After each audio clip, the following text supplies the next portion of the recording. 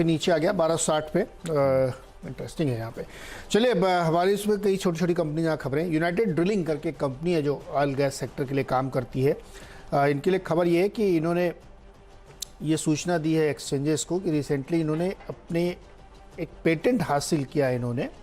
वो पेटेंट किस लिए है, जो उनको यूके से मिला है तमाम पे मल्टी स्टेट कास्टिंग के जो इनके काम है, कनेक्टर्स के, पाइप के, मेटल के, उसमें इनको पेटेंट मिल गया 5 साल के। बड़ा इंपॉर्टेंट होता है। देखिए, ये इस सेगमेंट में बहुत कम कंपनीज हैं जो इस तरह काम करती है।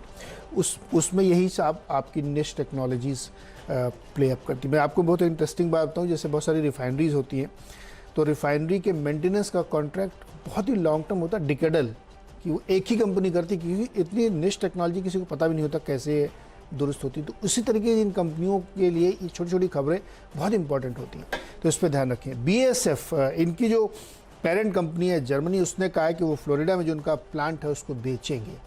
अब चूंकि भारतीय कंपनी उसकी डायरेक्ट सब्सिडरी है, तो हो सकता है सेंटिमेंट के तौर पे इस खबर का थोड़ा सा एक इम्पैक्ट आता हुआ दिखे। अदरवाइज जिस सेगमेंट में ये है, एग्रोकेमिकल में, पेस्टिसाइड्स में, वो बहुत तेज़ी से ग्रो करता हुआ दिख रहा है। तमाम जो स्ट्रक्चरल फोकस है उसको ध्यान रखते हुए BASF में ध्यान रखें। NMDC के लिए खबर ये है कि गोवा सरकार ने ये अलाउ कर दिया है कि जो रिजेक्टेड लो ग्रेड का आयरन ओर है उसको एक्सपोर्ट कर सकती हैं कंपनियां, और NMDC के पास करीब करीब 2 करोड़ टन ऐसा पड़ा हुआ है जिसको ये एक्सपोर्ट कर पाएंगे। तो ये इनके लिए एक बहुत ही पॉजिटिव खबर है। तो हमें लगता है कि तीनों स्टॉक्स ग्रेड में ट्रेड करने चाहिए। इनफैक्ट आयरन ओर से रिलेटेड कोई भी खबर में सबको लगता है कि शायद वेदांता पे असर आएगा, जबकि वेदांता तो माइनिंग में है ही नहीं अभी इस समय। तो NMDC पे ही आपको खाली नजर रखनी होगी, उस लिहाज से आप इसको देखेंगे। खैर, अच्छा आगे बढ़ते हैं। अच्छा, कुछ और स्टॉक्स में मेरी तरफ से 2 अगले नाम, ऑब्वियसली जो पहले भी हम बात कर रहे थे लिबर्टी की, उसी तरह से आपको मिर्जा और रिलैक्सो के ऊपर भी नजर रखनी होगी। इनफैक्ट ये पूरा फुटवेयर स्पेस जो है वो फोकस रहेगा, क्योंकि अभी तक ये क्लियर नहीं है कौन कौन से फुटवेयर काइंड्स पर ये GST की दरों के अंदर बदलाव हो सकता है। तो जितने भी काइंड्स हैं मेजरली वो सभी इन तीनों स्टॉक्स में केटर होते हैं। चाहे आप फुटवेयर के बिल्कुल बेसिक रबर स्लीपर्स पर आ जाएं, थोड़े प्रीमियम फुटवेयर पे आ जाएं, या हाईएस्ट पर आ जाएं, तीनों ही इस तरह के कंपनियों में आते हैं। तो ये तीनों ही आप ध्यान में रखेंगे। ओके, इसके अलावा एक बार टाटा मोटर्स पे आज आपको नज़र रखनी होगी कि टाटा मोटर्स के केस में एक जो ऑटो सेल्स के नंबर्स हैं वो आने वाले हैं, और ऐसा लगता है कि शायद ऑटो सेल्स के नंबर्स में CV स्पेस में या लग्जरी PV स्पेस के अंदर कुछ एक मूव आता हुआ दिखाई पड़े। तो हो सकता है पुल बैक रहे, वैसे भी ऑलरेडी कुछ टूटा है हाई लेवल से, शॉर्ट कवरिंग का कैंडिडेट भी बन सकता है, और दूसरा ऑटो सेल्स के नंबर से पहले ऑटो मूव आता हुआ दिखाई पड़ सकता है। Mahindra and Mahindra, hero MotoCorp, TVS, Bajaj, ये कल चलते हुए दिखाई पड़ ही रहे हैं हाल फिलहाल में।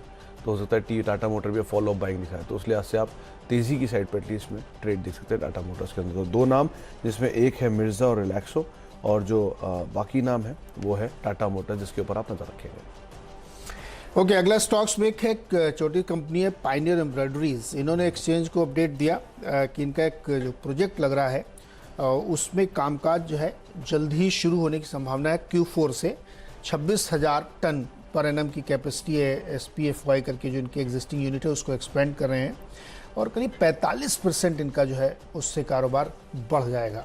तो तमाम जिस स्पेशलाइज क्वालिटी के जो ये फैब्रिक बनाते हैं या जो टेक्सटाइल बनाते हैं उसमें इनको फ़ायदा होगा, और इनको ऐसा लगता है कि इसी Q4 जो FY23 की होगी उसमें से फुली इंटीग्रेटेड हो जाएगी और इसमें रेवेन्यू आता लगेगा। तो ये तो है कि इस कंपनी स्पेसिफिक। अदरवाइज टेक्सटाइल पे आज ध्यान रखिएगा, GST काउंसिल की बैठक में बड़ा विरोध हो रहा था। गुजरात के बहुत सारे व्यापारी इसका विरोध कर रहे हैं, वो लोग शायद कुछ धरना प्रदर्शन भी करेंगे कि जो हाल ही में वो रेट बढ़ाया गया तो उनको वापस लिया जाए।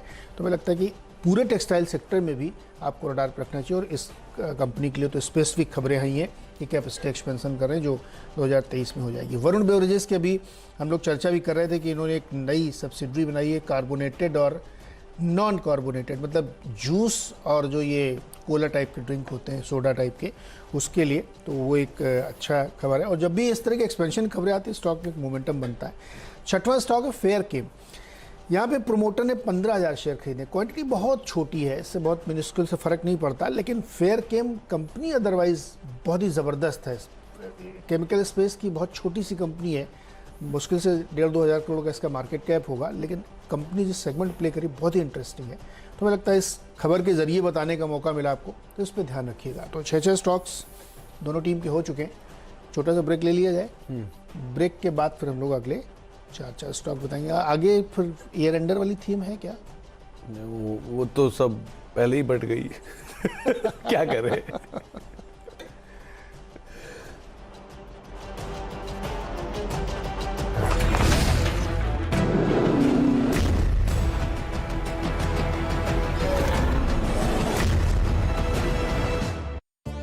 फेवरेट बाइक खुद खरीद ली, स्मार्ट